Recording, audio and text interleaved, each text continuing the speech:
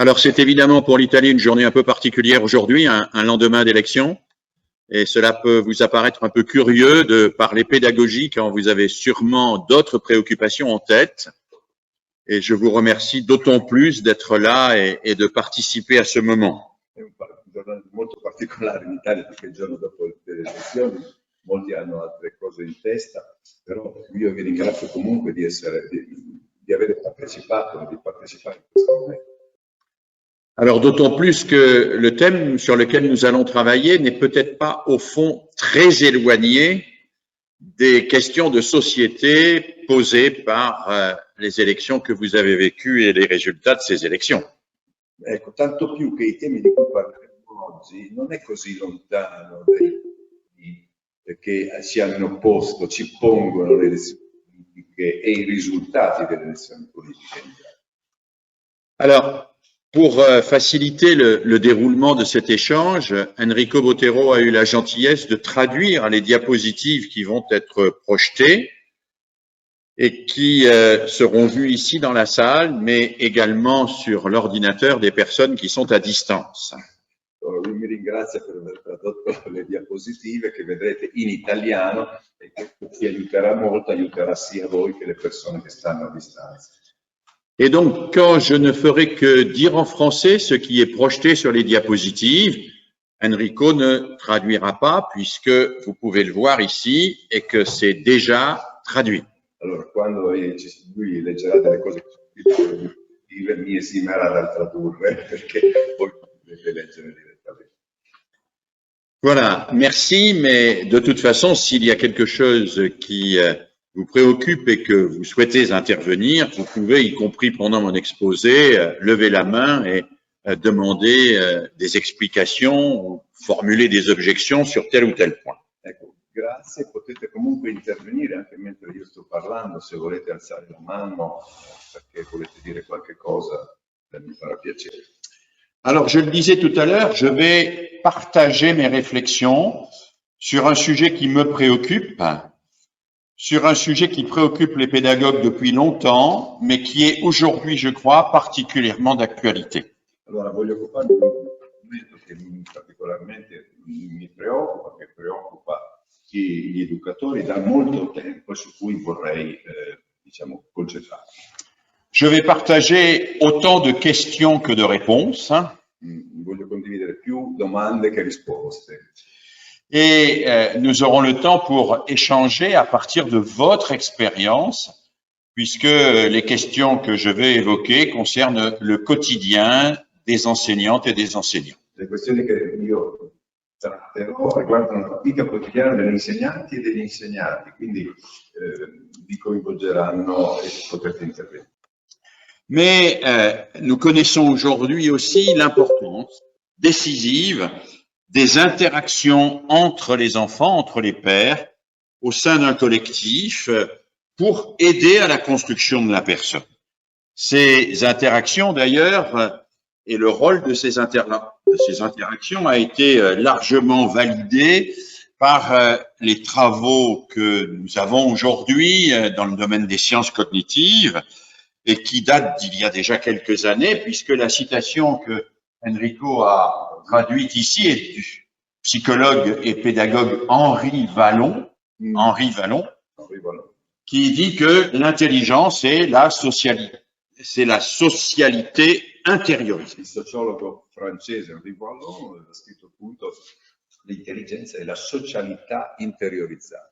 C'est-à-dire la capacité à intérioriser la manière dont nous organisons nos relations avec les autres, d'intérioriser l'interlocution, d'intérioriser le dialogue avec l'autre pour pouvoir accéder à la compréhension du monde et de nous-mêmes. E vuol dire interiorizzare il dialogo con l'altro, interiorizzare l'interazione con l'altro per poter arrivare a comprendere meglio il mondo.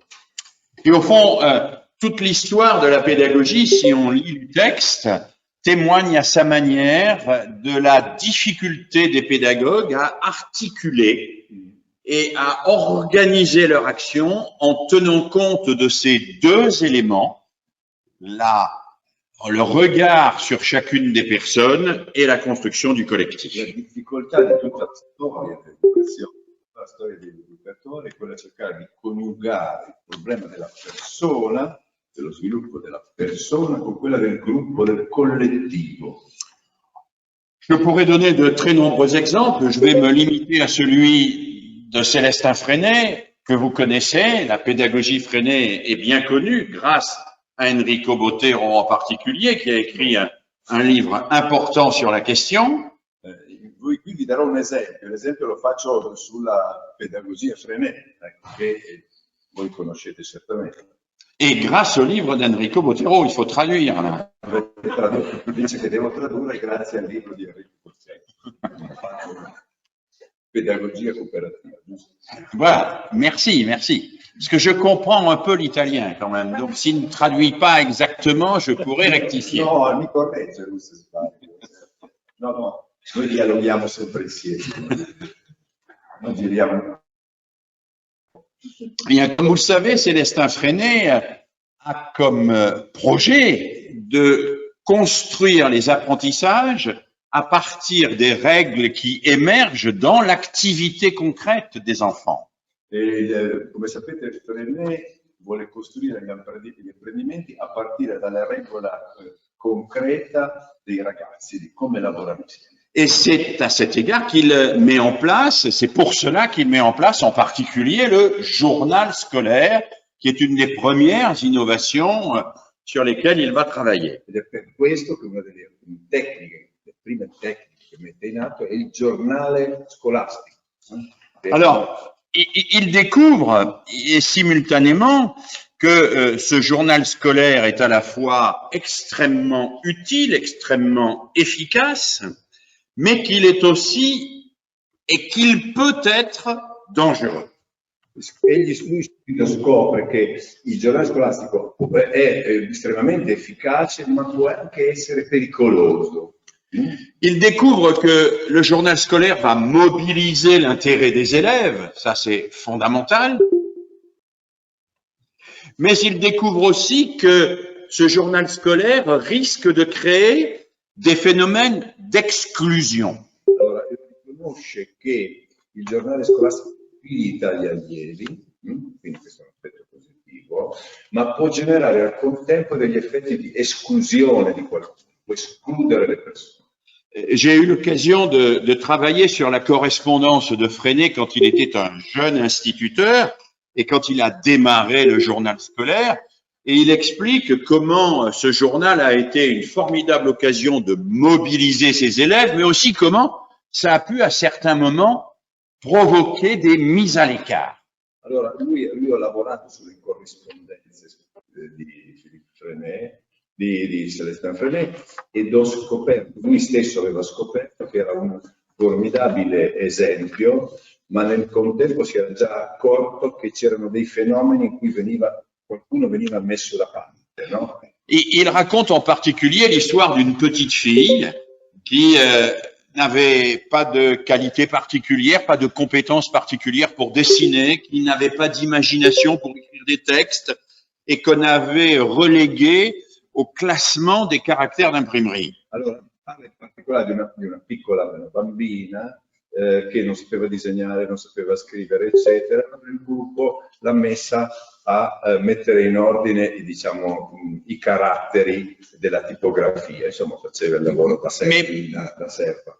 Même ça, elle n'était pas capable de le faire. Elle mettait de l'encre un peu partout et elle salissait le travail des autres au point que l'ensemble de la classe a décidé de demander à cette petite fille de ne plus participer au travail.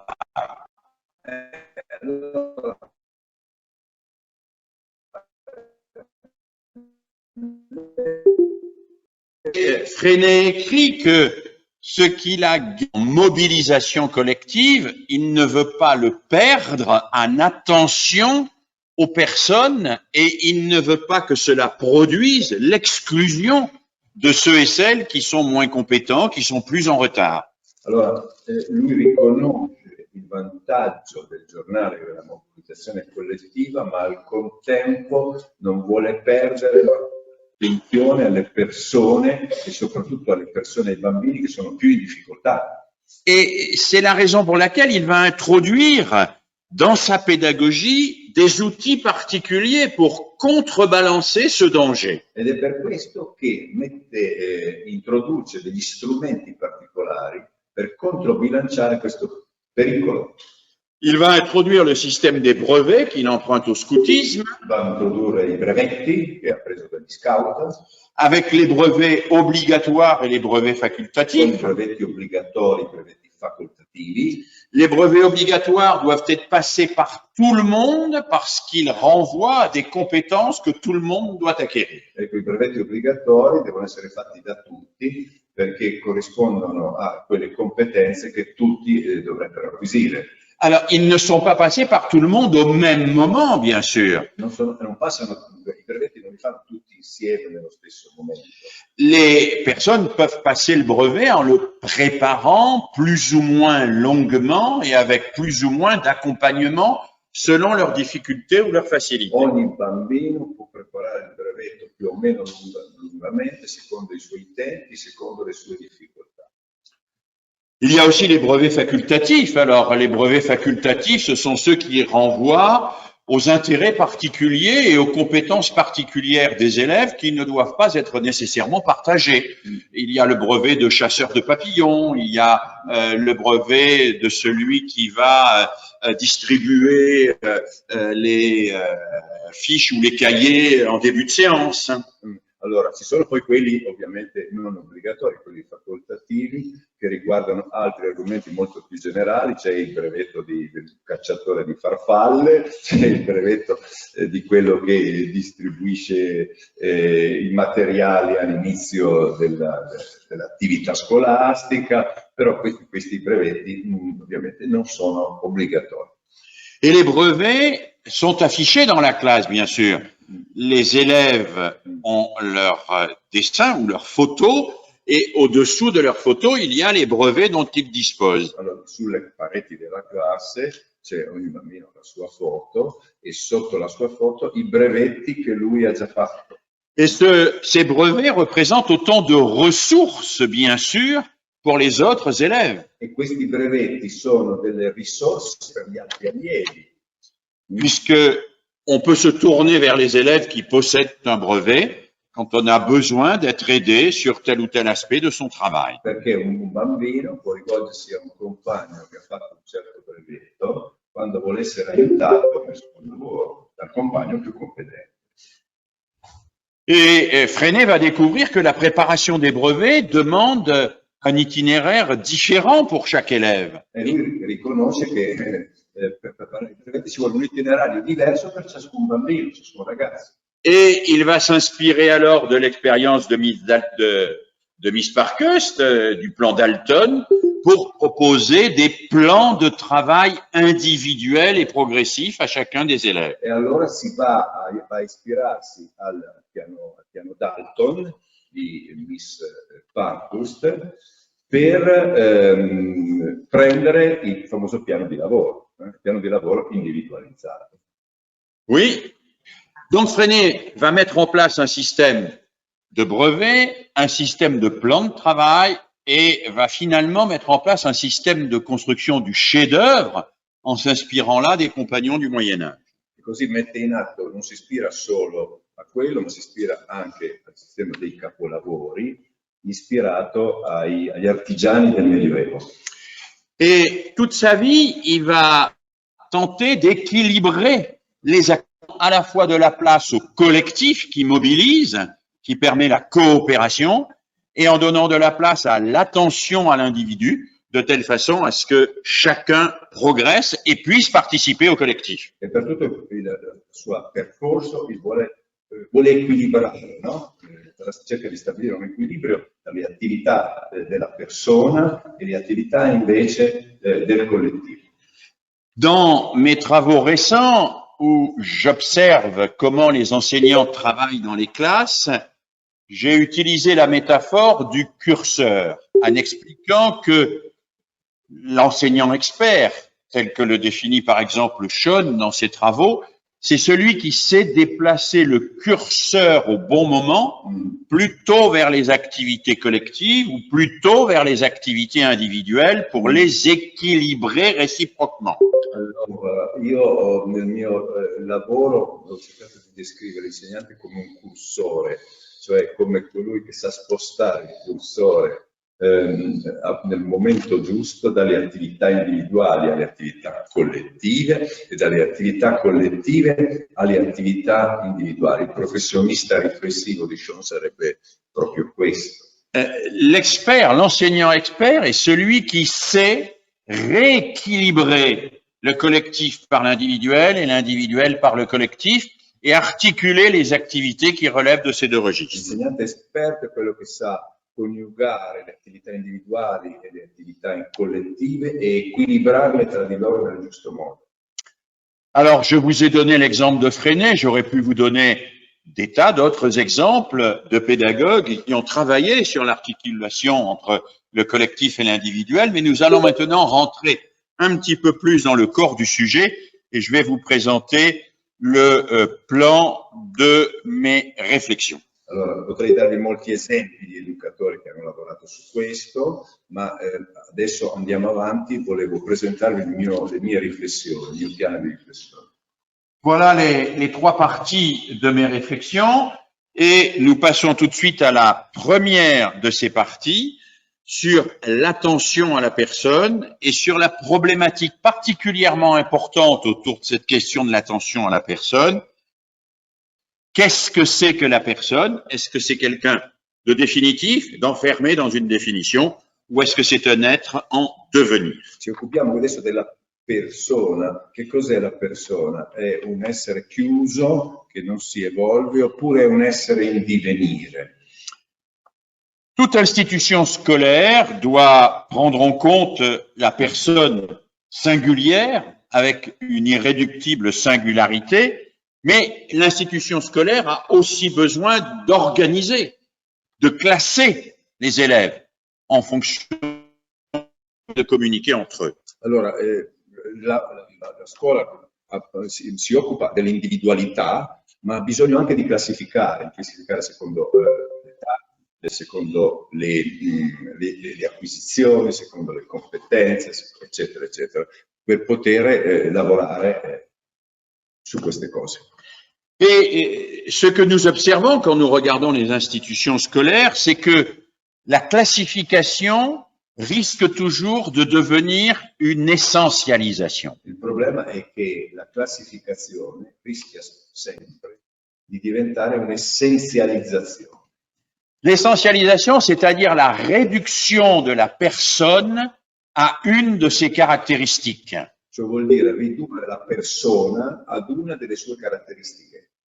Si je dis par exemple, Jules est dyslexique. Se dico per esempio Giulio è dislessico, je vais le mettre dans un groupe d'enfants dyslexiques. Lo metto in un gruppo di bambini, ragazzi dislessici. Je vais solliciter l'aide d'un orthophoniste ou d'une orthophoniste de travail personnalisé.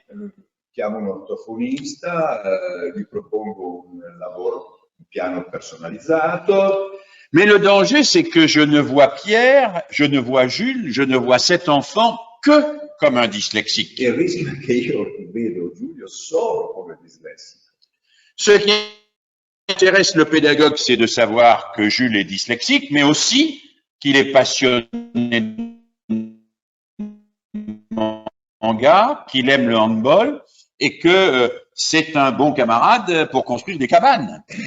Ciò che deve interessare l'educatore è sapere che Giulio gli piacciono i manga, è capace di costruire le capanne o che ha altri interessi. Questo deve interessare l'educatore. Le danger de la classification, c'est de basculer dans une essentialisation qui enferme l'individu en lui affectant une étiquette que cet individu va considérer comme étant sa nature. Il rischio della classificazione è chiudere il ragazzo in un'etichetta che alla fine viene poi identificata da lui stesso come la sua vera natura. Et cette essentialisation, elle a des effets à long terme sur le développement des individus, parce que l'individu va finalement parfois préférer s'enfermer lui-même dans la nature qu'on lui a conférée,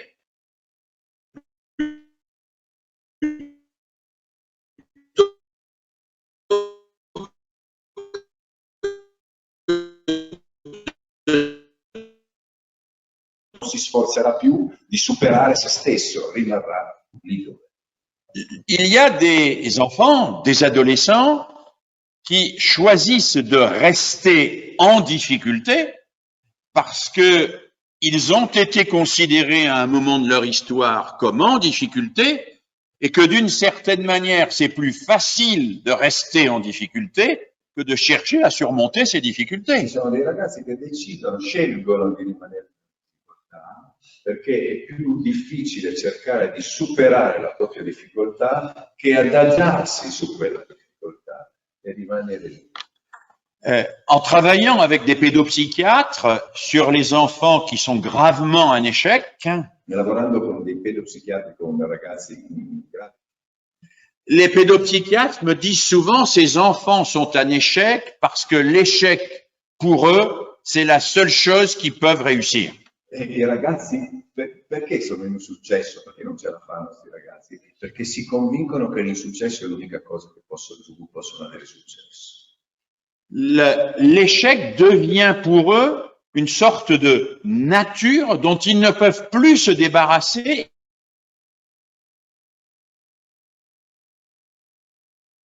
et qu'ils vont même revendiquer.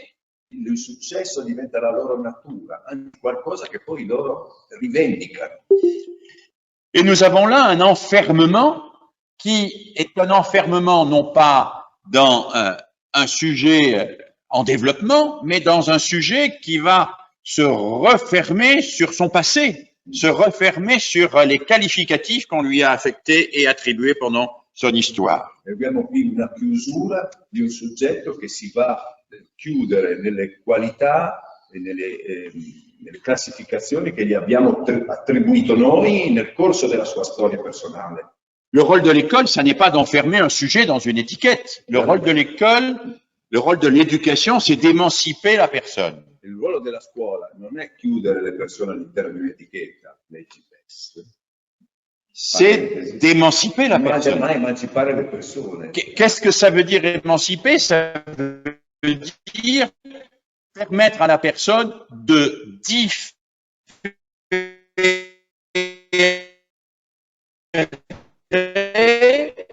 de ce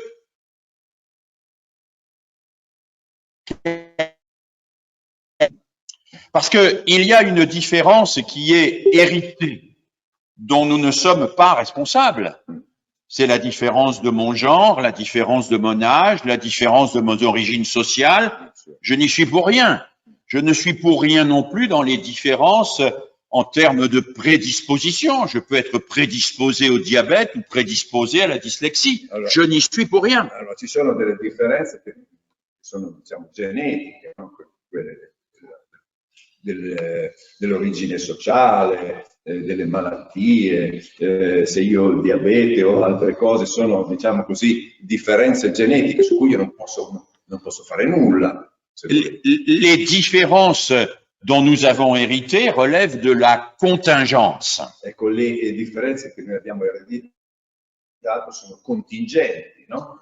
Ce ne sont pas ces différences-là que nous devons prendre en compte dans l'éducation, que nous devons promouvoir en éducation. Nous devons les prendre en compte, mais pas les promouvoir. Nous devons promouvoir la différence que l'individu, que le sujet va pouvoir décider. Noi dobbiamo tenere conto di quelle differenze, ma per promuovere uno sviluppo del soggetto su quegli aspetti su cui lui potrà decidere et migliorare. La question que pose l'éducateur à l'enfant ou à l'adolescent qu'il éduque, c'est qu'est-ce que tu vas faire toi avec ce qui t'a fait? La domanda che fa l'educatore è che cosa tu fai tu di quello di cui sei stato in origine. Qu'est-ce que tu vas faire toi? Comment tu vas engager ta liberté et non pas te laisser enfermer dans ton passé? Come ti vuoi impegnare con la tua libertà invece di farti chiudere nel tuo passato? Et là, il y a un enjeu absolument extraordinaire qui est un enjeu pédagogique et politique en même temps.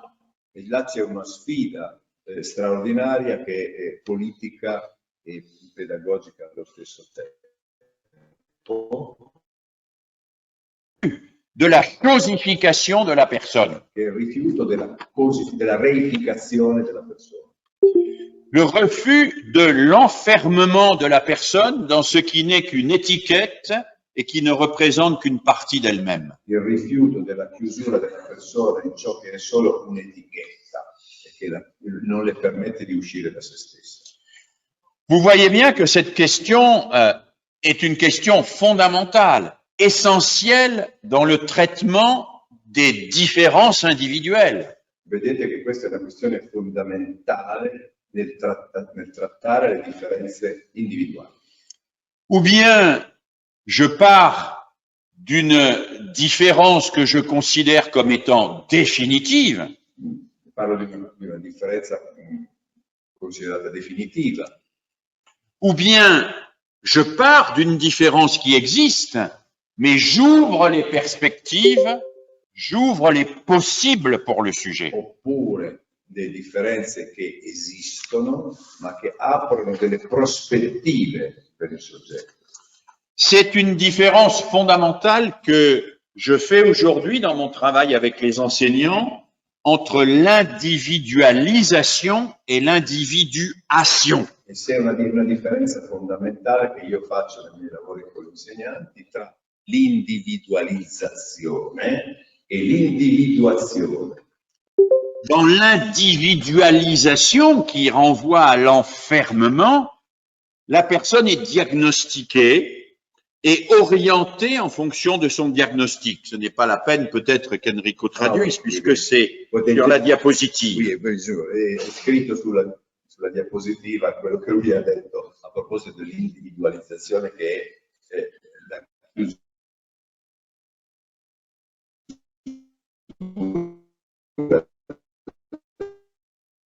Problème. Et on ne traite que ce qui fait problème dans la personne. Non si parla in questo caso che di quello che fa problema, che si tratta della persona, il suo problema. C'est ce que j'appelle le paradigme déficitariste. On ne parle que des déficits et jamais des ressources. È quello che chiamo il paradigma deficitario. Si occupa sempre dei deficit e mai delle risorse. Et trop souvent dans l'école, la personne, elle n'est connue qu'à travers ses déficits, ses problèmes, qu'à travers ses dysfonctionnements. E troppo spesso nella scuola la persona è solo conosciuta attraverso i suoi disfunzionamenti, i suoi deficit. Dans l'individuation, bien sûr, on accueille la personne telle qu'elle est, mais on va aussi et surtout chercher toutes les ressources. Allora, nell'individuazione, certo, si tiene conto della persona come è, ma si vanno a cercare tutte le risorse che può avere dentro di sé. On va chercher, bien sûr, on va savoir que Jules est dyslexique, mais on va aussi se dire que grâce à son amour pour les mangas, il va peut-être pouvoir faire un exposé à la classe et à cette occasion-là, il va écrire et peut-être on va aider Jules a dépasser, sinon a en finir avec sa dyslexie. Giulio, anche in questo caso è dislessico, ma si può utilizzare la sua passione per i manga per farlo lavorare, farlo scrivere e condividere questa sua passione che gli potrà permettere domani di superare la sua dislessia. Mais le fonctionnement des institutions scolaires et de notre école, il est trop souvent déficitariste, c'est-à-dire que ce qui sert d'outil pour saisir la personne, pour l'appréhender, pour la comprendre, c'est le manque. C'est le manque, ça n'est pas la ressource. Allora, troppo spesso nella scuola ne facciamo riferimento a ciò che manca, al deficit e non la risorsa. mentre è proprio sulla risorsa su cui la scuola deve fare affidamento. Donc, il ne suffit pas de dire qu'on fait attention à la personne. Il faut savoir de quelle personne on parle. Celle qui est en difficulté ou celle qui, dans sa globalité, peut se dépasser.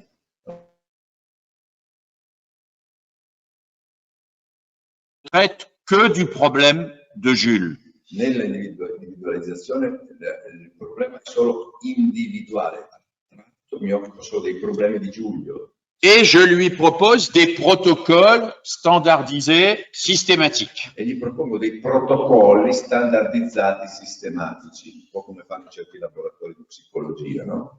Alors que dans l'individuation, je vais m'intéresser à cet enfant, mais je vais m'intéresser à cet enfant dans le collectif et je vais lui offrir des possibilités multiples pour l'impliquer, pour qu'il fasse des choix et pour que lui-même s'engage dans le dépassement de ses difficultés. Nell'individuazione invece lo coinvolgo nel collettivo perché lui possa impegnarsi e gradualmente, insieme agli altri, superare e affrontare le sue difficoltà. Vous voyez bien qu'il y a encore là une tendance très forte de l'école à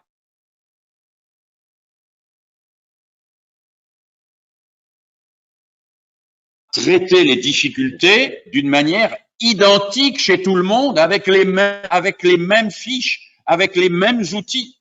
Allora, in tutto, nel protocollo invece ci sono tutte le persone a cui viene assegnato lo stesso protocollo, le stesse schede, le stesse... La persona la sua capacità di iniziativa.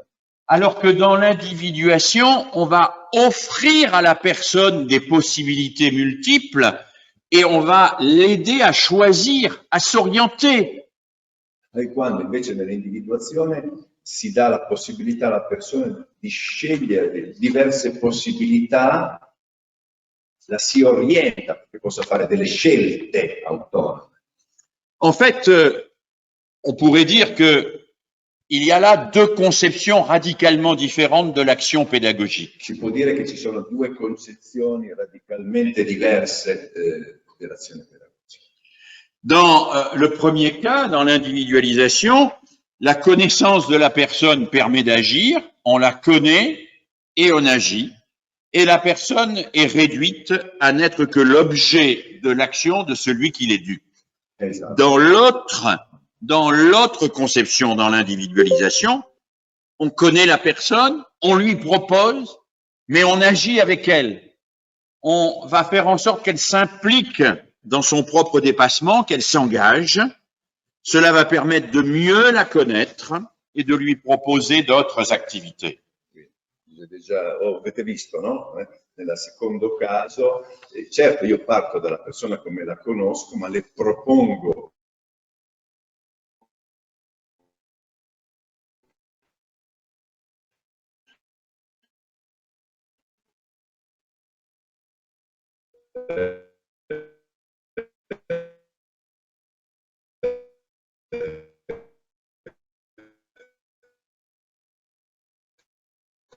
cose nuove,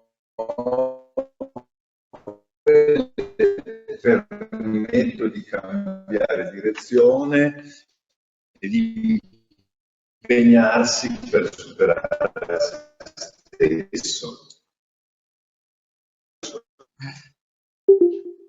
J'insiste, d'autres enseignants, nous sommes souvent pris entre ces deux orientations.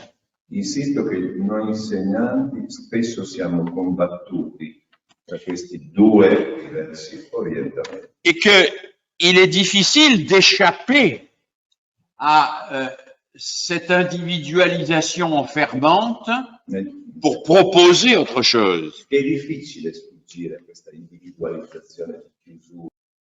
Trois fonctions du collectif. La fonction et la fonction pédagogique. Discuteremo di tre funzioni del collettivo. La funzione symbolique, la funzione simbolica, la funzione psicologica e la funzione pedagogica. La fonction symbolique d'abord. Funzione simbolica. Sans doute avez-vous, comme en France, vécu des moments difficiles pendant l'épidémie du Covid. Sicuramente noi in Francia abbiamo vissuto momenti difficili durante il Covid. Les enfants étaient chez eux, devant un ordinateur ou devant un écran de téléphone. I ragazzi erano a casa loro, davanti al computer, davanti al Et- telefono. Et ils n'étaient pas réunis symboliquement dans le même espace. Non erano riuniti in modo simbolico nello stesso spazio.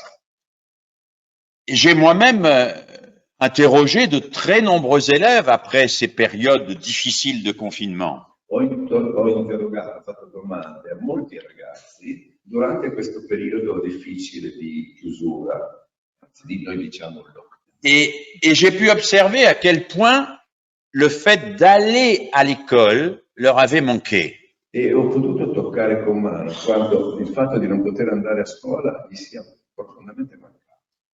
Aller à l'école, c'est sortir de chez soi, Andare a scuola è uscire da sé, c'est sortir de sa famille, uscire dalla famiglia, c'est sortir d'un lieu où les relations affectives dominent pour aller dans un lieu où les relations seront régies par l'exigence de rationalité, de vérité. e uscire da un luogo in cui la logica delle relazioni sono sul piano affettivo per entrare in un luogo in cui è retto dai principi di razionalità, di convivenza. Et l'enfant, il a besoin de se déplacer physiquement pour opérer un déplacement symbolique dans sa tête et comprendre que le type d'exigence qu'il va rencontrer à l'école n'est pas le même type d'exigence qu'il rencontre dans sa famille. Allora, per comprendere che la stessa esigenza che incontra nella famiglia non è la stessa che gli si chiede nella scuola, ha bisogno proprio di spostarsi fisicamente. E questa è la funzione simbolica.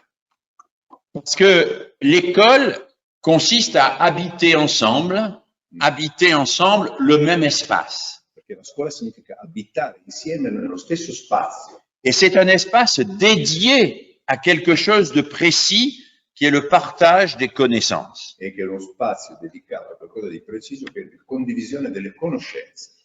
Dans cet espace, il y a une personne, C'è una persona, l'enseignant ou l'enseignante, l'insegnante, qui dit par sa présence, par le fait qu'elle habite avec les autres, qui dit que chacune et chacun est appelé à partager les mêmes savoirs. che solo per la sua presenza dice a tutti che tutti sono richiamati a condividere i saperi insieme. L'école est un lieu où chacun arrive avec sa singularité, mais où tous vont partager les mêmes connaissances. E la scuola è il luogo in cui ciascuno arriva con la sua individualità, ma tutti andranno a condividere le stesse conoscenze. On pourrait imaginer, et certains d'ailleurs l'imaginent, de faire disparaître la classe. Qualcuno immaginano che si potrebbe far sparire la classe, scomparire. On pourrait imaginer même de faire disparaître l'école. Si potrebbe anche far sparire la scuola, molti lo vogliono. Il y a tous les ans au Qatar, à Doha, une manifestation qui s'appelle le WISE, World International Summit of Education. Nel Qatar ogni 2 anni c'è una fondazione internazionale che si Le WISE.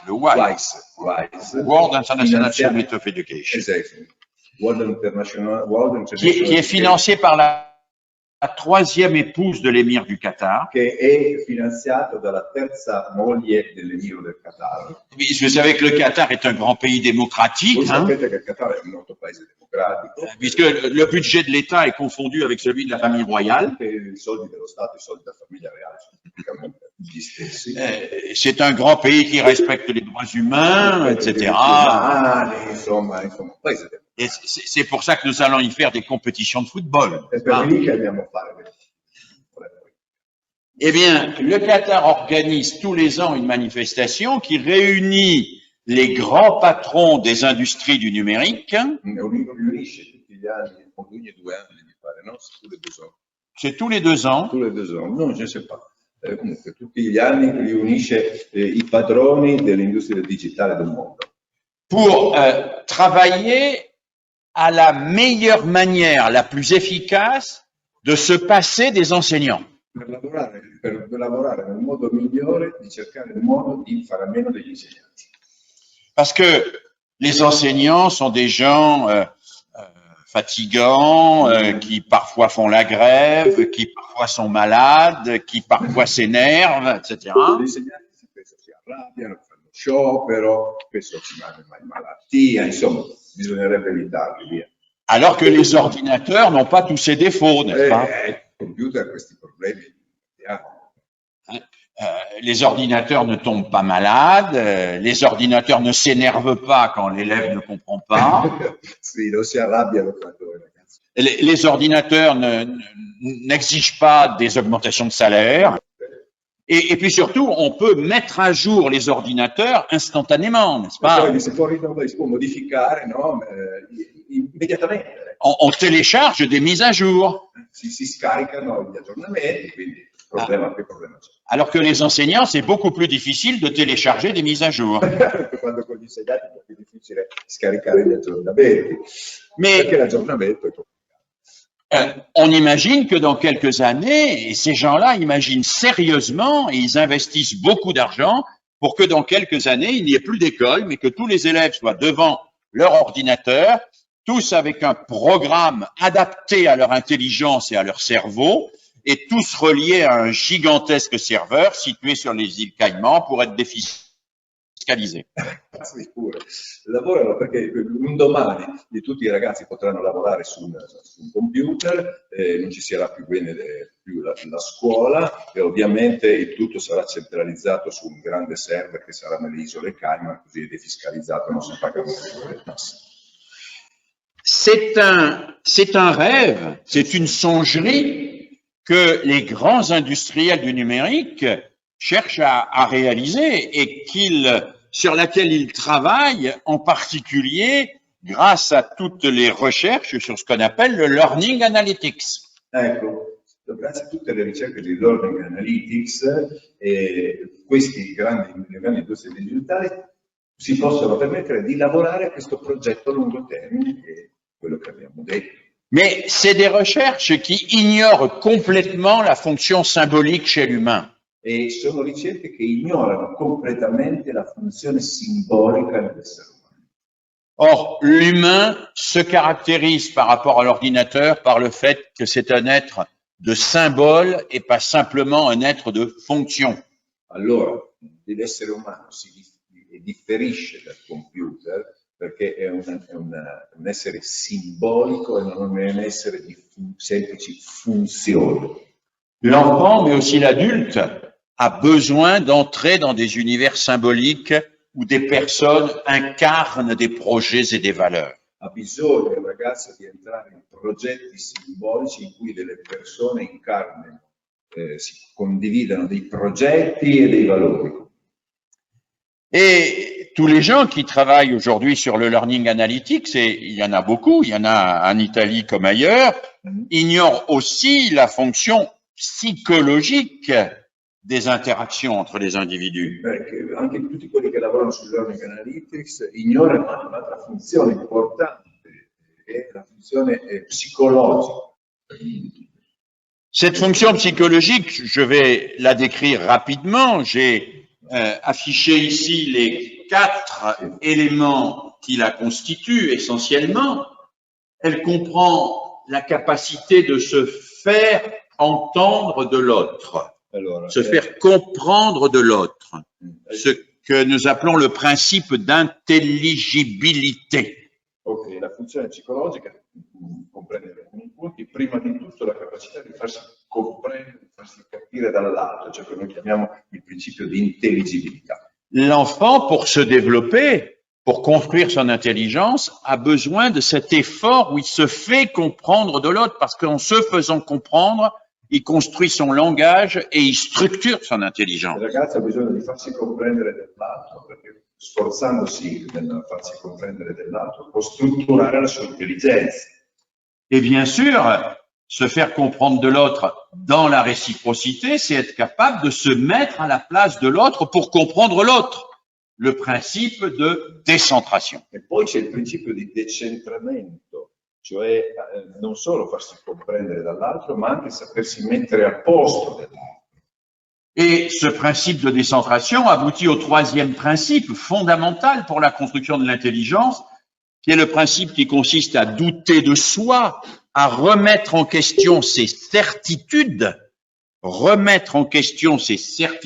être déstabilisé, accepter d'être déstabilisé. E l'altra funzione importante è accettare di essere destabilizzati, cioè di mettere in discussione le proprie certezze, la capacità cioè di dubitare di sé. C'est quelque chose de très difficile pour un enfant d'accepter d'être déstabilisé dans ses certitudes. È difficile per un ragazzo, no? Accettare di essere destabilizzato nelle sue certezze. J'ai moi-même récemment introduit une distinction dans mes travaux de recherche entre deux éléments qu'auparavant je confondais. Ho introdotto una distinzione recentemente nelle mie ricerche tra due elementi che prima confondevo. Le désir d'apprendre et le désir de savoir. Il desiderio di apprendere, di imparare, e il desiderio di sapere. Celui qui veut savoir, il se satisfait d'un savoir qui le comble et qui, d'une certaine manière, l'empêche d'apprendre. Allora, chi vuole sapere viene riempito da questo sapere e questo sapere che ha acquisito poi gli può impedire di apprendere, cioè di imparare.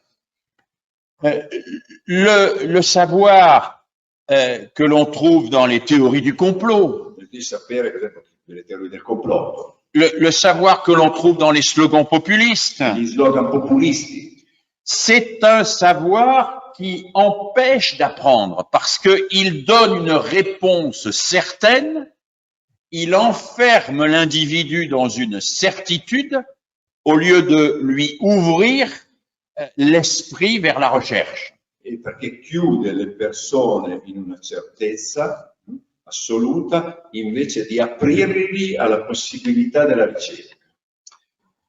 Nous avons aujourd'hui un vrai problème qui est aussi un problème politique. Abbiamo oggi un problema che è anche un problema politico.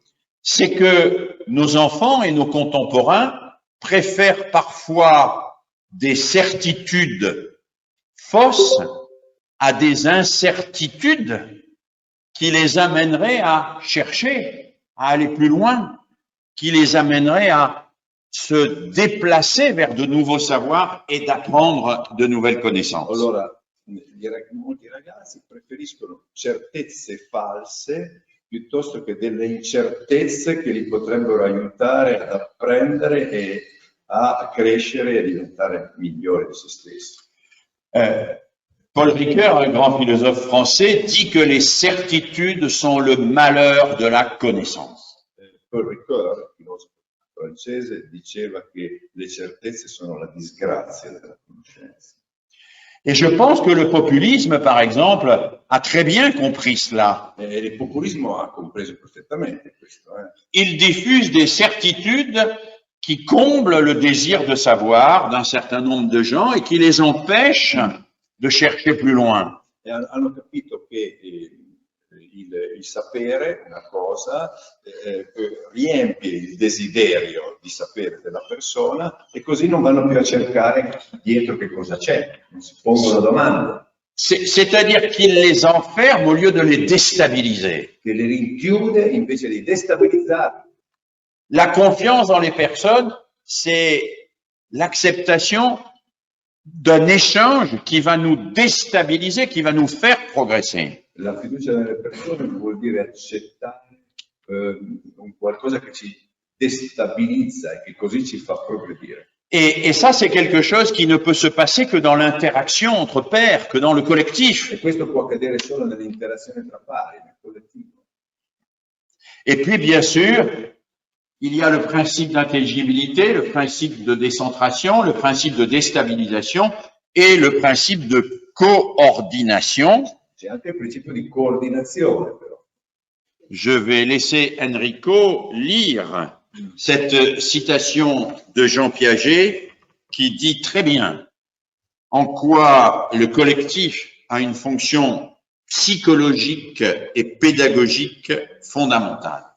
Allora, leggo adesso questa citazione di Jean Piaget in cui Piaget ci ricorda quanto sia importante il collettivo nella crescita dell'intelligenza delle persone, che ciascuno senza abbandonare il suo punto di vista, senza cercare di eliminare le credenze e i sentimenti che fanno di lui un uomo in carne ed ossa, legato ad un pezzo ben delimitato e vivente dell'universo, impari a trovare una collocazione insieme agli altri uomini.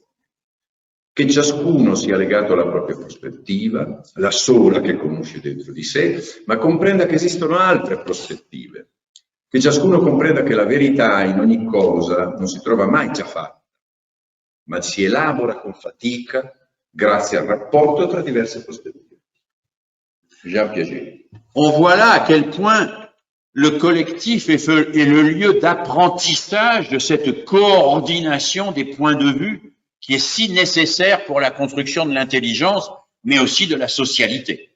Si vede che a quel punto perciò il collettivo è così importante per la costruzione dell'intelligenza, ma anche della socialità.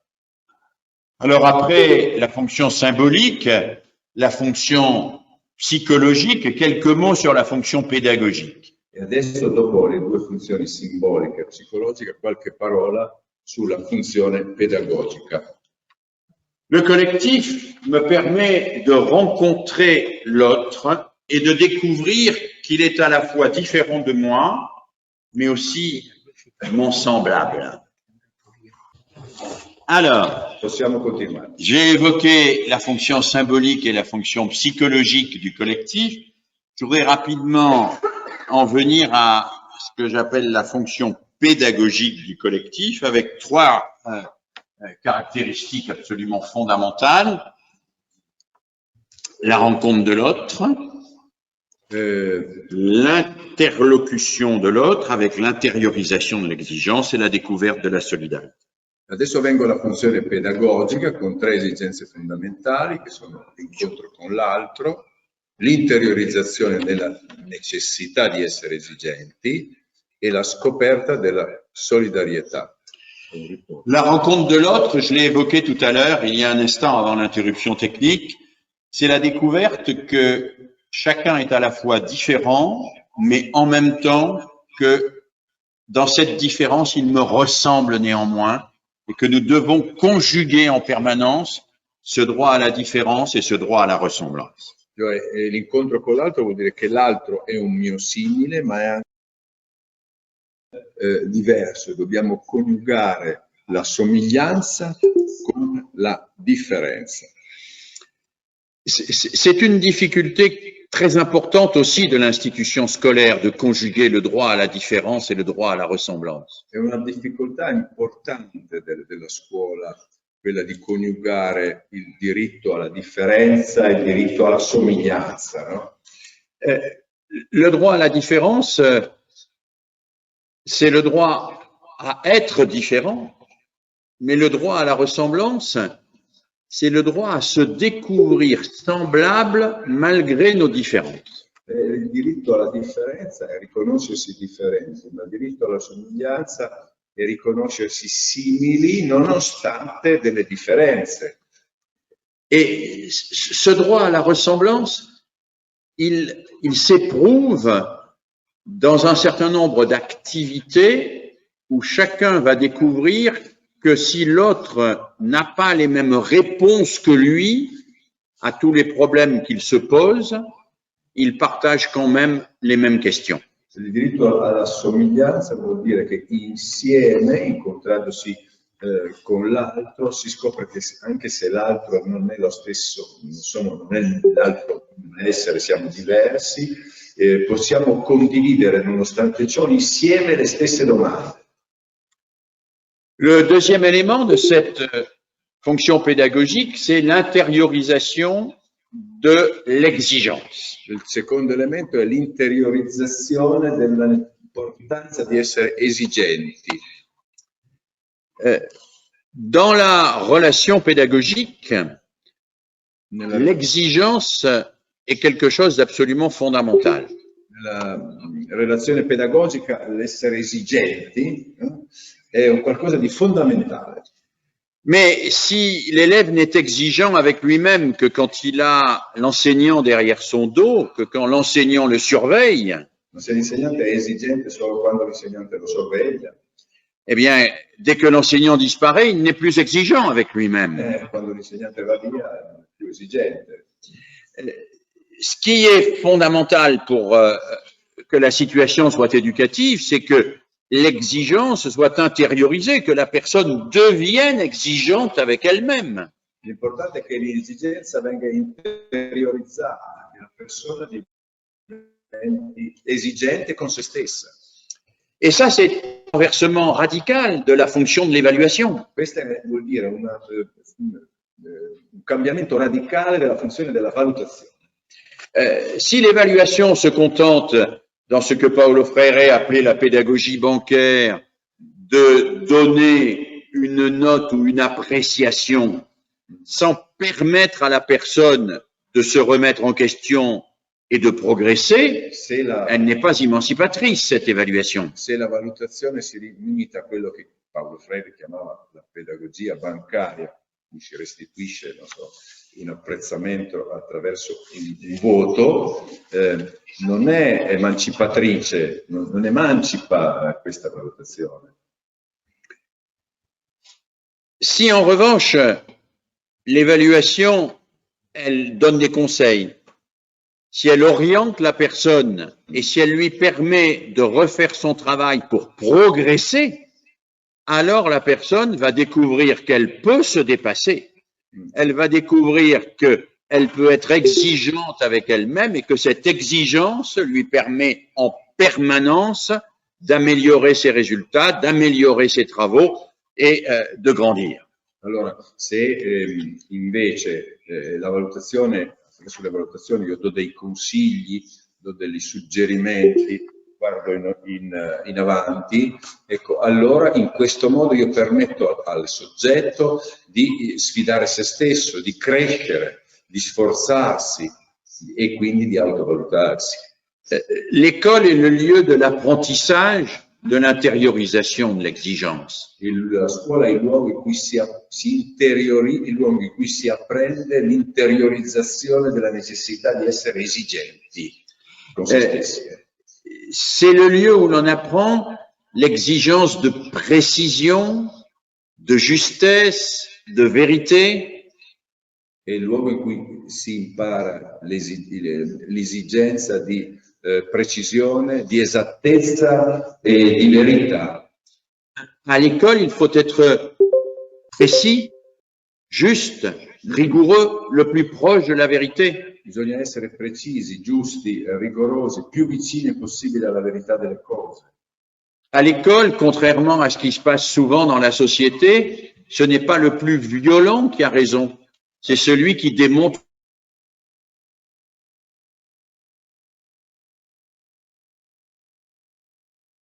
le mieux. A scuola, contrariamente a quello che capita, colui che riesce a dimostrare meglio le cose. Et c'est cette conviction-là qu'il nous faut faire partager à nos élèves. E questa convinzione che dobbiamo far condividere. Et si les élèves découvrent cela, alors ils vont découvrir qu'ils sont solidaires. E perché i ragazzi, se scoprono questo, scoprono di essere solidari tra di loro. Ils vont découvrir que l'autre n'est ni un adversaire, ni un concurrent, mais quelqu'un qui est son allié. Ma scoprono che l'altro non è un avversario, un concorrente, ma è un proprio alleato. C'est la raison pour laquelle un des enjeux majeurs de l'évolution de nos systèmes scolaires, c'est le développement de l'entraide entre élèves. È per questo che una delle sfide maggiori della nostra scuola è lo sviluppo dell'aiuto reciproco tra i ragazzi. C'est le développement de l'entraide quand un élève va en aider systématiquement un autre en fonction de ses compétences, en fonction de ce qu'il a compris et qu'il va expliquer à l'autre ce que l'autre n'a pas encore compris. L'aiuto reciproco vuol dire il ragazzo che in funzione delle sue competenze va a aiutare un altro su quello che quel ragazzo non ha compreso e per aiutarlo a superare se stesso. On l'a vu tout à l'heure à propos du rôle des brevets chez Freinet, qui joue ce rôle-là. Abbiamo visto questo a proposito dei brevetti di Freinet, che hanno proprio questo ruolo. Mais il faudrait systématiser l'entraide entre élèves d'une manière beaucoup plus générale. Ma bisognerebbe sistematizzare l'aiuto reciproco tra i ragazzi in modo più generale nella classe. Une méta-analyse effectuée au Québec montre que les enseignants les plus efficaces sont ceux qui organisent leur temps en 3 parties. Una ricerca nel Quebec ha dimostrato che gli insegnanti più efficaci sono quelli che si organizzano la loro attività in 3 parti. Et 3 parties égales. E 3 parti uguali. Une partie où ils expliquent. Una parte in cui spiegano. Une partie de travail individuel. Una parte di lavoro individuale. Et une partie d'entraide entre élèves, où les élèves s'expliquent entre eux. E una parte di aiuto reciproco tra gli allievi in cui si spiegano tra di loro. Et on sait aujourd'hui que l'entraide entre élèves ne profite pas seulement à celui qui est aidé, mais elle profite considérablement à non aiuta solo chi è aiutato, ma soprattutto a colui che aiuta. Parce que celui qui aide va mieux comprendre, va s'approprier les choses, parce qu'il va devoir les expliquer à quelqu'un. Perché colui che aiuta si appropria delle cose proprio perché deve prepararsi e spiegarle bene a un altro. Il y a une phrase d'Albert Camus dans un de ses livres où il s'adresse à un enfant qui veut apprendre et il lui dit « Si tu veux apprendre quelque chose, enseigne-le à quelqu'un d'autre ». E c'è una frase di Albert Camus in cui lui dice: se vuoi insegnare qualcosa, far imparare qualcosa a qualcuno, impegnati e insegnalo a qualcun altro. Enseigne-le à quelqu'un d'autre. Et nos systèmes scolaires ont progressivement écarté l'entraide. E si può, nei nostri sistemi, si può anche mettere da parte l'aiuto reciproco. Au début du XIXe siècle, l'entraide entre élèves dans tous les pays européens est une pratique systématisée. All'inizio del XIX secolo, dell'Ottocento, l'aiuto reciproco era una pratica sistematizzata nella scuola. Sistematica. Dans les années 1800 à 1840, va s'imposer ce que l'on appelle le modèle simultané, qui est le modèle de Jean-Baptiste de La Salle, qui interdit la communication entre élèves. Dal 1800 al 1840 si è imposto il modello dell'insegnamento simultaneo collettivo preso da Jean-Baptiste de La Salle, che impedisce l'aiuto reciproco tra i ragazzi, come accade ancora oggi in molte classi. François Guizot, qui en France impose le modèle simultané et proscrit le modèle mutuel, où les élèves s'enseignent entre eux, disait quand 2 élèves parlent entre eux, c'est qu'ils complotent contre le maître. François Guizot era il ministro dell'educazione nazionale che aveva appunto introdotto il modello simultaneo. Lui diceva: quando 2 ragazzi parlano tra di loro vuol dire che stanno complottando dietro il maestro. Et nos systèmes scolaires ont gardé une méfiance quasiment constitutive contre l'entraide entre élèves et l'enseignement I nostri mutuel. sistemi scolastici hanno mantenuto una diffidenza costitutiva contro l'aiuto reciproco tra gli allievi. Ce serait pourtant très facile de dire que tout élève d'une classe doit aider un élève plus petit que lui. Sarebbe molto facile dire che ogni ragazzo di una classe deve aiutare un compagno più piccolo di lui. Ce serait très facile de dire que dans toutes les classes, les élèves qui ont compris expliquent à ceux qui n'ont pas compris. Oppure dire ai ragazzi che hanno capito una cosa di spiegarla a quelli che non l'hanno compreso. C'est une réforme qui ne coûterait d'ailleurs pas grand-chose. È una riforma che non costerebbe nulla. Pourquoi François Guizot a interdit l'enseignement mutuel? Perché ha impedito Guizot l'insegnamento, diciamo, mutuale? Parce qu'il disait que le maître doit être le seul à gouverner les esprits. Perché diceva che l'insegnante deve essere il solo a governare le menti. Et que si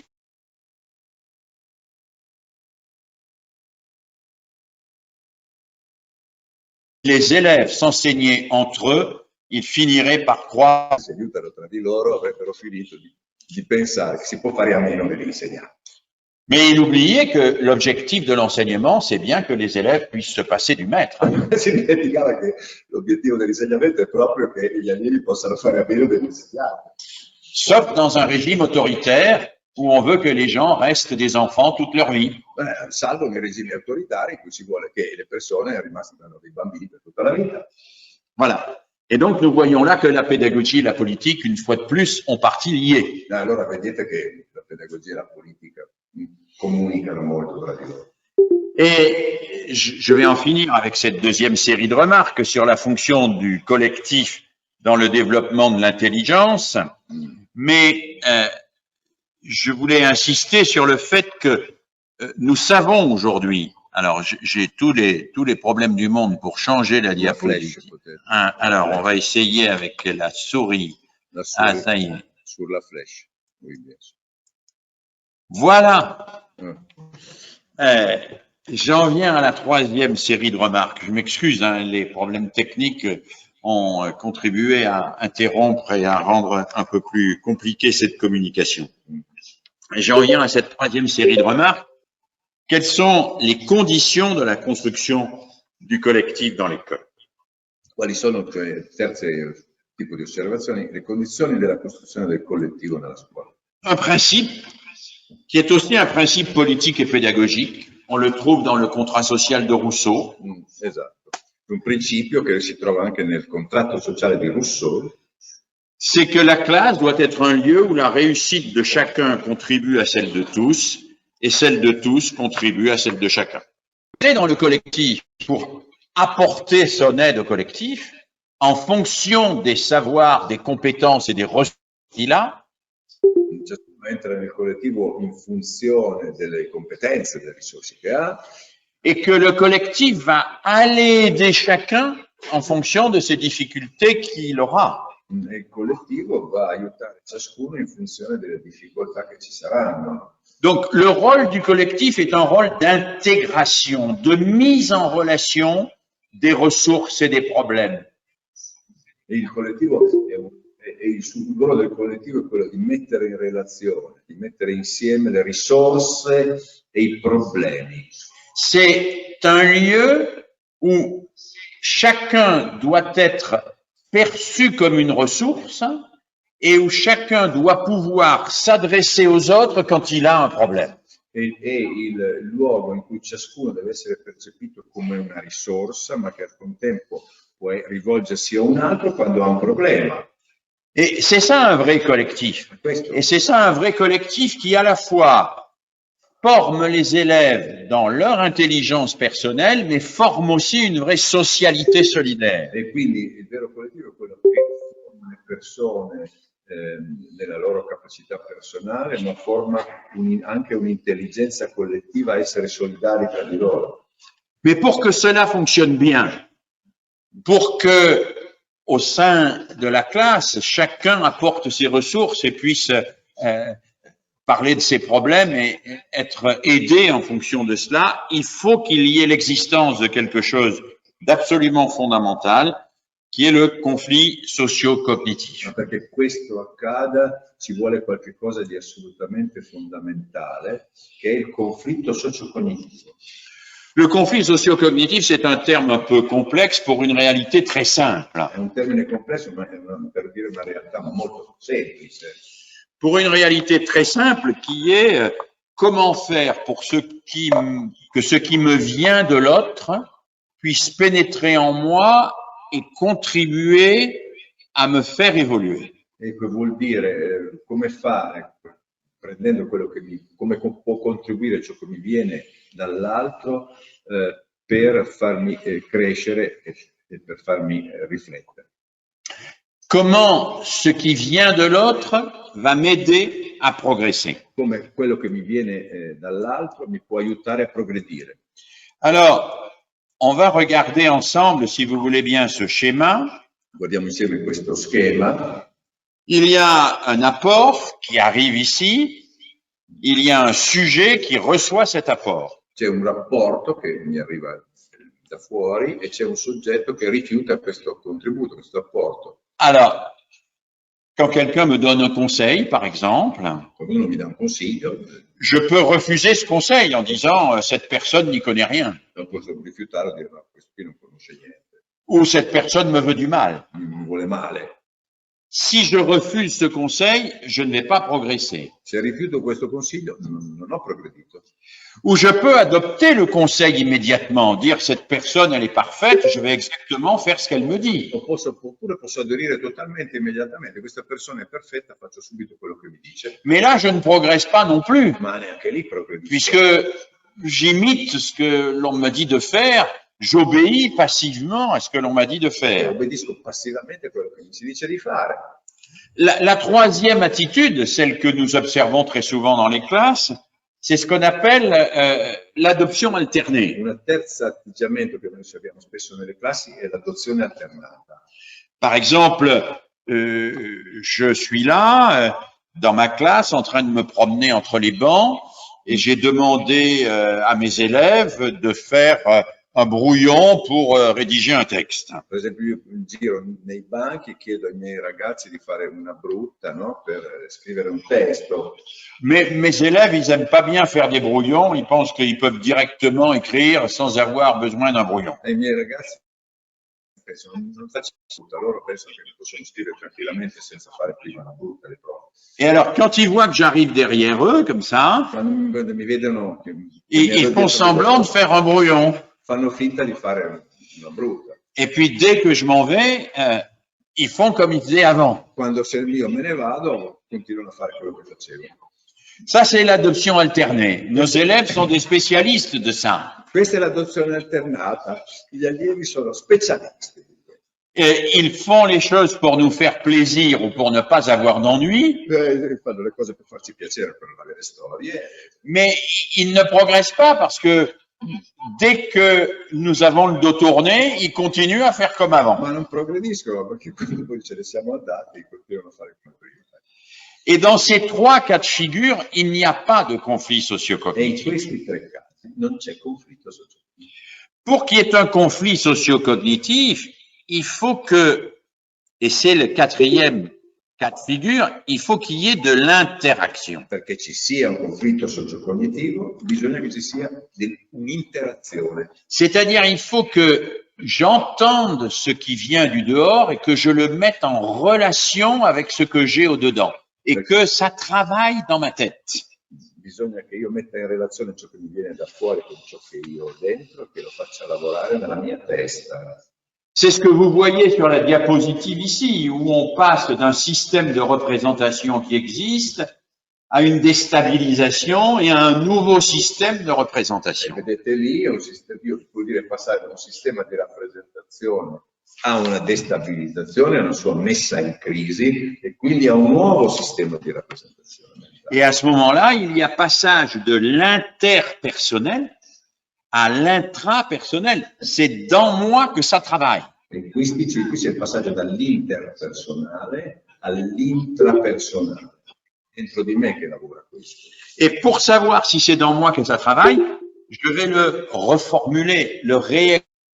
Nous avons des travaux là aussi qui sont assez significatifs en sciences de l'éducation Abbiamo dei lavori significativi di questo tempo nelle scienze dell'educazione. sur les rapports entre la verbalisation et l'assimilation. E l'assimilazione. Ce qu'il a compris ou ce qu'il croit avoir compris est un élève qui va assimiler, mémoriser et réutiliser. Un ragazzo che è un allievo che va verbalizzando, è un allievo che più facilmente va assimilando quello che ha appreso. Et il va l'utiliser et le réinvestir, le transférer. E lo utilizzerà e lo reinvestirà, lo riutilizzerà in occasione di transfer. Mais dans les classes que j'observe, l'enseignant fait comment? L'enseignant, il demande à un élève de reverbaliser. Et quand un élève a reverbalisé, il pense que toute la classe a compris. Allora, nelle classi, nella maggior parte dei casi, l'insegnante chiede a un ragazzo o uno di riverbalizzare e quando questo ragazzo ha verbalizzato si crede che tutta la classe abbia compreso, ma non è così. Alors qu'il n'y a que celui qui a reverbalisé. Ma c'è solo lui che ha verbalizzato. Et s'il avait simplement dit à chaque élève de reverbaliser à son voisin réciproquement ce qu'il a compris, ma se avesse detto semplicemente a ciascun ragazzo di verbalizzare quello che ha compreso con il suo vicino, il aurait multiplié les conditions d'apprentissage.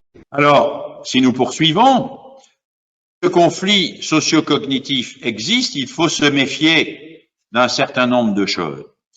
Il faut avoir une double vigilance. Perché la costruzione del collettivo si possa proseguire, bisogna diffidare di un certo numero di cose, bisogna avere una doppia vigilanza.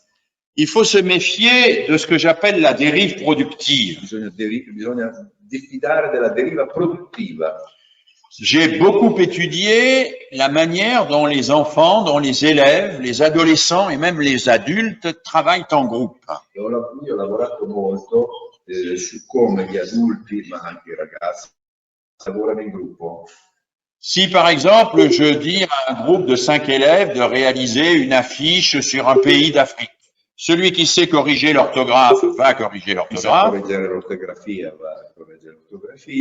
Celui qui ne sait pas dessiner, qui ne sait pas écrire et qui n'a pas d'orthographe, il va rien faire. E qui non sa fare nessuna delle tre cose, non fa nulla. Et heureusement qu'il ne fait rien, parce que s'il faisait quelque chose, le panneau serait raté. E fortunatamente non fa niente, perché se facesse qualcosa l'affiche, il tabellone sarebbe fatto male. Et donc, en réalité, quand on laisse des élèves, des enfants, des adolescents ou des adultes s'organiser librement dans un travail de groupe, très vite, on a une division entre les concepteurs, les exécutants, les chômeurs e les gêneurs. Allora, quando si fa naturalmente lavorare in gruppo, si ha immediatamente una divisione tra gli ideatori e i scioperanti. Et les travaux que j'ai menés là-dessus sont très préoccupants. E i lavori che io ho fatto su questo sono molto preoccupanti, i risultati. Parce que je me suis aperçu, en faisant du suivi de cohorte, mi sono accorto seguendo queste cose, que des enfants qui, à l'école maternelle ou à l'école primaire, avaient été enfermés dans une posture d'exécutant ou de chômeur, intériorisaient cette posture et ne s'autorisaient plus après a être des concepteurs, par exemple. Ecco, ho potuto verificare che dei ragazzi che già dalla scuola materna avevano interiorizzato l'idea di essere degli esecutori o degli scioperanti, non sono più stati capaci dopo di convincersi di poter essere degli ideatori. Alors, si on veut lutter contre ça, il faut travailler en étant attentif à faire tourner dans la répartition des tâches, les rôles, pour que tout le monde puisse s'investir dans tous les rôles. Allora bisogna essere attenti a fare in modo che tutti possano, diciamo, girare e cambiare ruolo.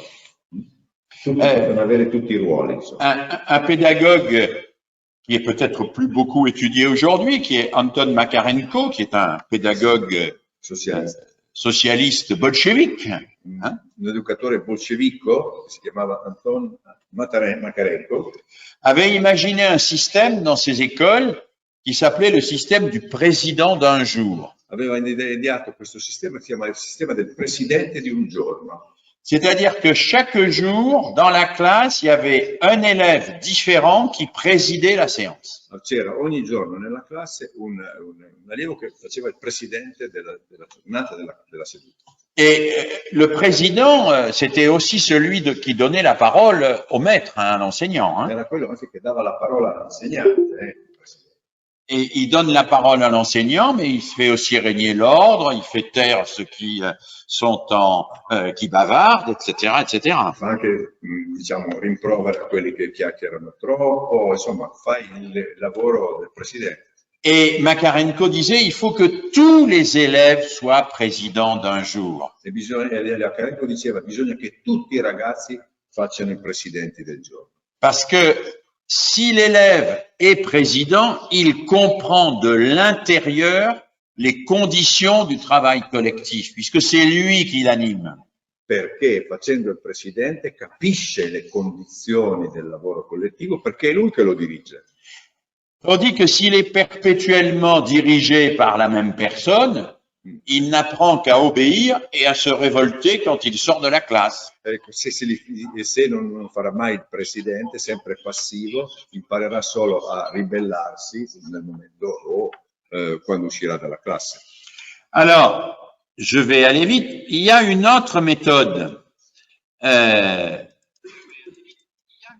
qui a été inventée par un chercheur américain qui s'appelle Elliot Aronson. C'è un altro metodo che è stato inventato da un ricercatore americano, si chiama Aronson. Et qu'on appelle la classe puzzle. Si chiama la classe puzzle. Alors, Elliot Aronson est un psychosociologue américain à qui l'on demande d'intervenir au Texas en 1971, au moment où l'on supprime la ségrégation scolaire. Allora, è la persona, questo ricercatore, a cui gli è stato richiesto di intervenire nel 1971. Quand on supprime la ségrégation scolaire. Quando hanno eliminato la segregazione a scuola. À ce moment-là, on met dans les mêmes écoles des enfants appartenant à des ethnies différentes. Il y a des enfants qui sont des Amérindiens, des enfants blacks, des enfants qui sont des portoricains, etc., etc. Si mettono insieme in questo momento ragazzi appartenenti a etnie diverse. Et ça se passe très mal. Va male la cosa. Les démocrates qui avaient demandé la suppression de la ségrégation scolaire sont mis en difficulté parce que la suppression de la ségrégation entraîne une montée de la violence. Allora, i democratici americani che avevano voluto questa scelta sono andati in crisi perché insieme, questa classe tutti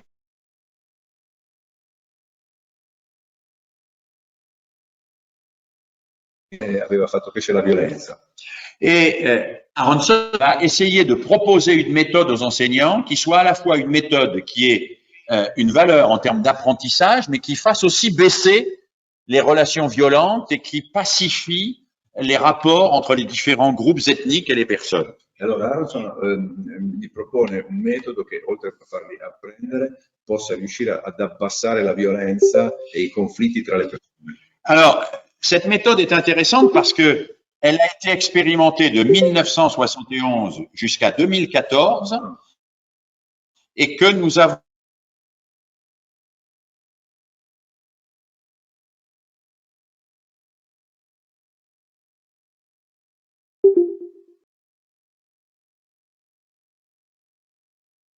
questo esperimento è durato dal 1971 al 2014, i ricercatori hanno seguito i ragazzi per 30 e più anni fino alla loro vita adulta, non solo quando erano nella scuola, per vedere gli effetti di questa azione pedagogica. Et là, on s'est aperçu que cette méthode avait des effets extrêmement positifs à la fois sur les apprentissages et sur la socialisation. E hanno potuto osservare che questo metodo aveva avuto effetti molto positivi sia sugli apprendimenti sia sulla socializzazione. Alors, quel est le principe de cette méthode?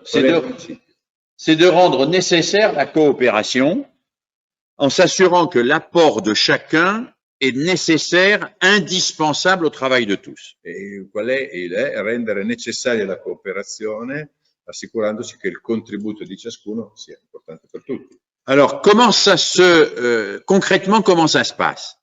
Come accade? On divise, dit Aronson, la leçon, la séquence, en 4 ou 5 sections, segments. Allora, si divide la sequenza didattica in 5 sezioni. À ce moment-là, on distribue à chaque élève, et le groupe classe est composé de cette manière, on distribue à chaque élève un des 5 segments de la leçon qu'il va étudier. Allora si attribuisce ad ogni allievo una delle 5 sezioni che andrà a studiare. Et ensuite, on constitue des groupes qu'il appelle des groupes d'experts temporaires. Quindi si costruiscono dei gruppi che sono chiamati gruppi esperti temporanei. C'est-à-dire que les 5 élèves qui ont étudié la même partie de la leçon ou qui ont travaillé sur le même aspect de la leçon vont se retrouver ensemble pour confronter leur compréhension. Allora, i ragazzi che hanno lavorato sul medesimo aspetto del sapere vanno a confrontarsi tra di loro. Mais ils savent à ce moment-là que ce regroupement n'est que provisoire parce qu'ils vont devoir se regrouper en groupe puzzle, c'est-à-dire en groupe composé d'un élève ayant chacun étudié un des 5 segments. Ma sanno che quello è un gruppo temporaneo perché poi il gruppo successivo sarà un gruppo composto da tanti allievi, ciascuno dei quali si è approfondito un aspetto diverso.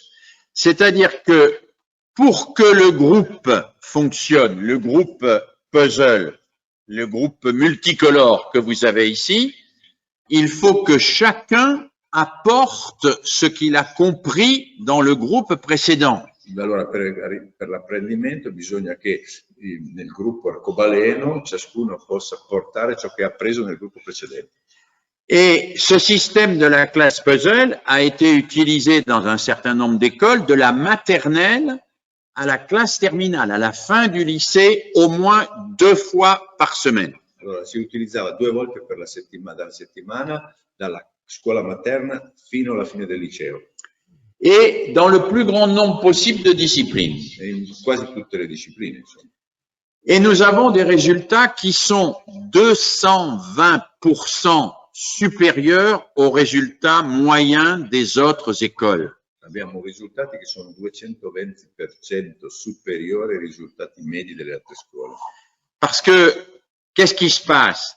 Chacun des enfants, chacun des élèves va apprendre à travailler tout seul, va apprendre ensuite à travailler avec d'autres.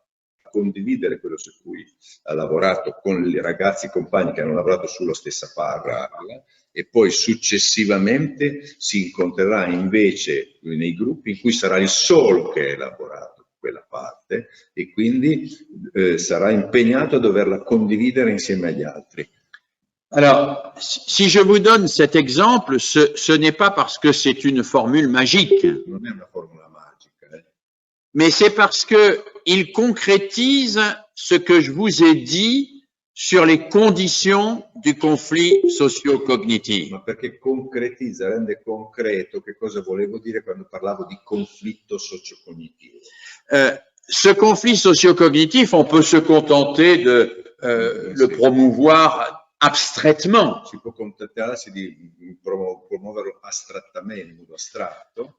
En disant qu'il faut que chacun entre en relation avec les autres de la meilleure manière possible. Dicendo che ciascuno deve entrare in relazione con gli altri nel modo migliore possibile, insomma, le solite esortazioni che si fanno sempre. Mais on peut aussi chercher des dispositifs particuliers qui activent le conflit socio-cognitif et qui permettent à la fois une amélioration des apprentissages et un progrès fondamental dans la compréhension de la fécondité des interactions. Ma si può ed è meglio introdurre dei dispositivi che permettono sia lo sviluppo degli apprendimenti sia lo sviluppo della cooperazione tra gli allievi.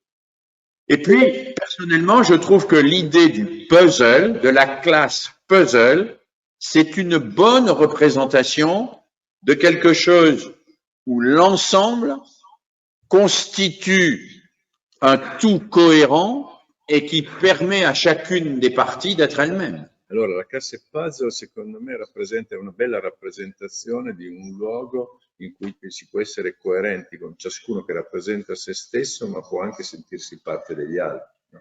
Et là, on a vraiment quelque chose qui réalise l'enjeu que je précisais tout à l'heure, c'est-à-dire la réussite de chacun contribue à la réussite de tous et la réussite de tous contribue à la réussite de chacun. Ecco, proprio qui in questo caso la riuscita di ciascuno, il successo di ciascuno contribuisce al successo di tutti, il successo di tutti contribuisce al successo di ciascuno. Ed è questo l'esempio. J'arrive à la conclusion, rassurez-vous. Finalmente. Quelques mots pour vous dire que le collectif est essentiel, fondamental, non pas comme un supplément d'âme, c'est-à-dire quelque chose qu'on ajouterait, hein, mais comme un principe strutturant de la trasmission. Il collettivo, concludendo, è qualcosa di fondamentale, non è un qualcosa in più, ma è qualcosa che struttura la vita della scuola, che deve strutturare la vita della scuola. Mais le collectif n'existe pas spontanément. Il collettivo però non esiste spontaneamente. Le collectif doit être institué. Deve essere istituito. Et je suis très attaché pour ma part à ce qui fait tenir debout le collectif, c'est-à-dire l'institution. E sono molto attaccato io a ciò che tiene in piedi il collettivo. Che cos'è che tiene in piedi il collettivo? L'istituzione. Pour que la classe soit une institution. Perché la classe sia un'istituzione. Et pas seulement un groupe. E non solo un gruppo. Pour que l'établissement soit une institution. Perché l'istituto scolastico, la scuola, sia un'istituzione. Et je parle devant des chefs d'établissement émérites. E parlo di fronte a capi d'istituto preparati. Saremmo noi, diceva di noi. Il faut 4 éléments pour qu'un collectif soit Ci institué. vogliono 4 elementi perché un collettivo sia istituito. Il faut ce que j'appelle la loi fondatrice, Ci vuole la legge fondativa, c'est l'interdit de la violence. divieto della violenza. On ne peut pas discuter de l'interdit de la violence parce que c'est l'interdit de la violence qui permet de discuter de tout le reste. Non si può discutere il divieto della violenza, perché è il divieto della violenza che permette di discutere tutto il resto. Voilà. Il faut un interdit fondateur. C'est la loi. È la legge. Il faut ensuite un principe. Poi ci vuole un principio. Le principe d'une institution, c'est ce qui donne son sens à cette institution. È quello che dà senso a un'istituzione.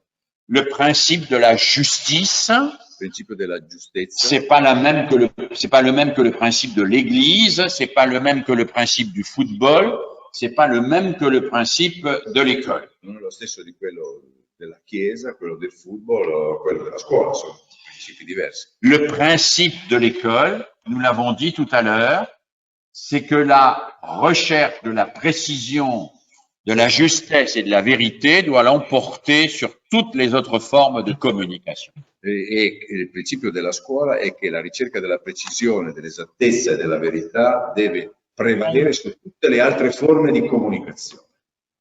Pour qu'il y ait institution, il faut qu'il y ait une loi et un principe. Perché ci sia un'istituzione ci vuole una legge e dei principi.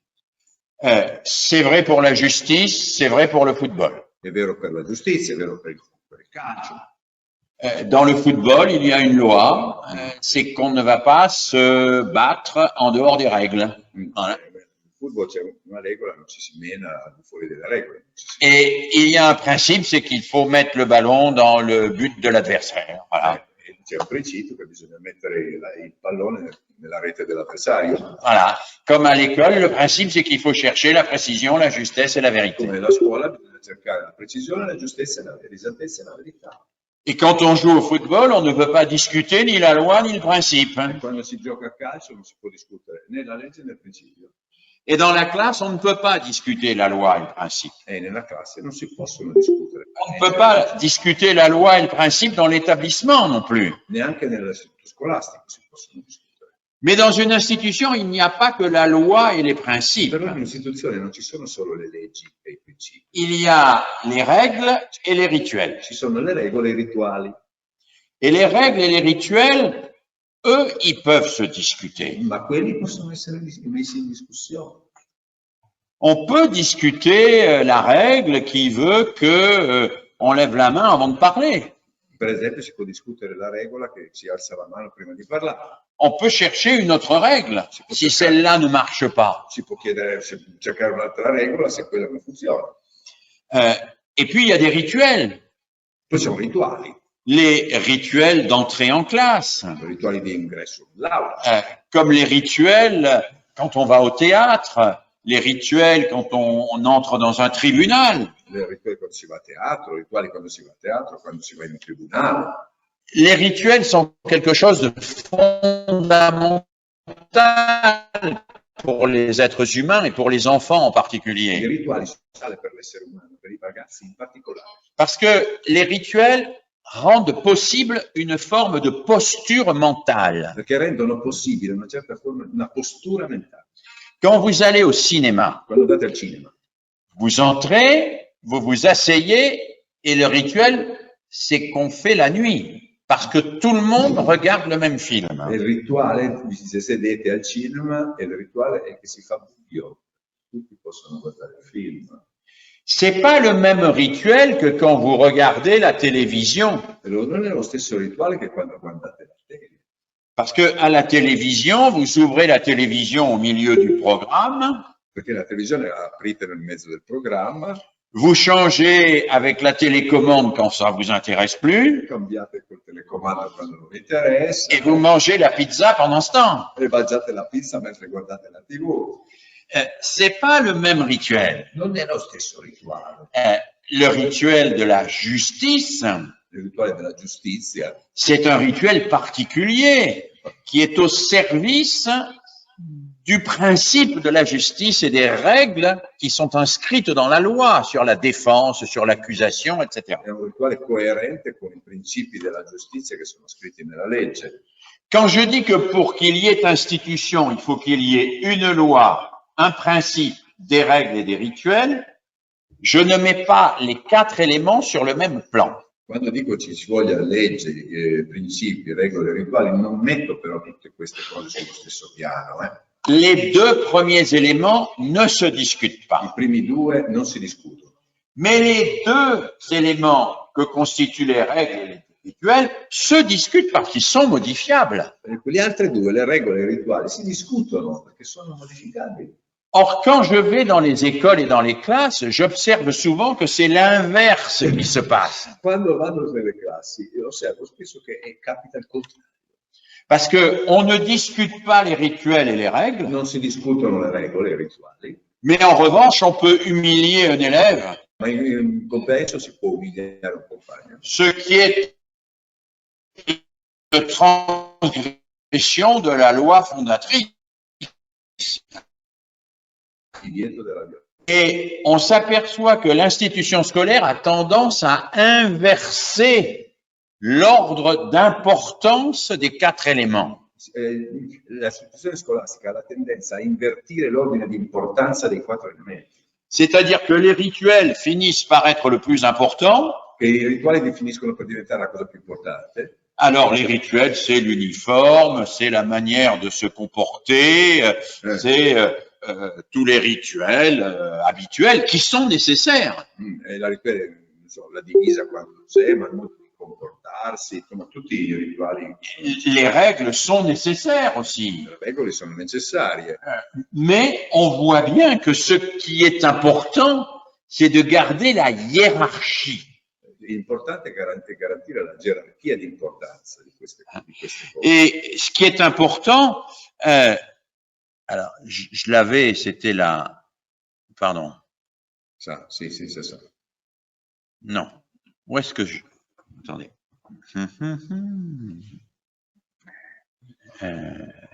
Voilà.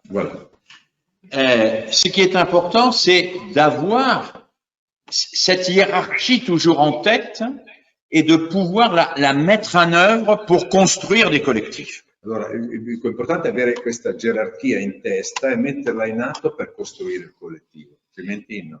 Et pour cela, il faut que on institue l'institution. Per questo bisogna istituire l'istituzione, questo è il bisticcio. C'est-à-dire que l'adulte engage un projet et que l'adulte structure l'espace et le temps, mais ça c'est peut-être pas la peine que tu traduises puisque c'est Sì, lo écrit. potete leggere dietro. Hein? Que l'adulte favorise l'identification des normes qui permettent la réalisation du projet. Alors, Je vais m'arrêter là, bien sûr, parce que j'ai déjà été trop long et puis nous avons eu quelques petits ennuis techniques qui nous ont ralenti dans le déroulement de cette intervention et qui m'ont un peu déstabilisé d'ailleurs. Sì, adesso vado a concludere perché abbiamo anche avuto qualche problema tecnico che vi ha un po' destabilizzato. En disant que l'institution scolaire, au fond, est une institution infiniment précieuse pour nos sociétés. Che l'istituzione scolastica è infinitamente molto preziosa per la nostra società. Parce que c'est peut-être une des rares institutions qui a comme objectif à la fois de s'intéresser à chacun et de construire du commun. Perché è una delle poche istituzioni che si interessa contemporaneamente allo sviluppo di ciascuno e costruire la collettività. Les autres institutions, elles sont plutôt centrées sur le commun ou sur l'individu. Le altre istituzioni sono piuttosto o sul collettivo o sull'individuo. Les églises, les dogmes insistent sur le commun et prennent peu en compte les singularités individuelles. Le chiese, insomma, insistono molto sui dogmi, cioè prendono poco in carico l'individualità. Dans les supermarchés, en revanche, c'est la consommation individuelle et il y a assez peu de commun. Ecco, nei supermercati invece è il contrario, no? C'è la ricerca dell'individuale del consumatore e c'è poco comunità. Mais l'école a cette caractéristique essentielle de devoir conjuguer les deux. Ma la caratteristica essenziale della scuola è cercare di coniugare le due cose. Et c'est pour cela que l'école est aussi importante pour la démocratie. Ed è per questo che la scuola è molto importante per la democrazia. S'il n'y a pas dans nos sociétés des institutions qui, à la fois, prennent en compte les personnes dans leur singularité et construisent du commun, la démocratie va avoir beaucoup de mal à survivre. La democrazia avrebbe molta difficoltà a sopravvivere in una società in cui ci sia un'istituzione che si occupa sia degli individui sia di costruire qualcosa di comune tra di loro.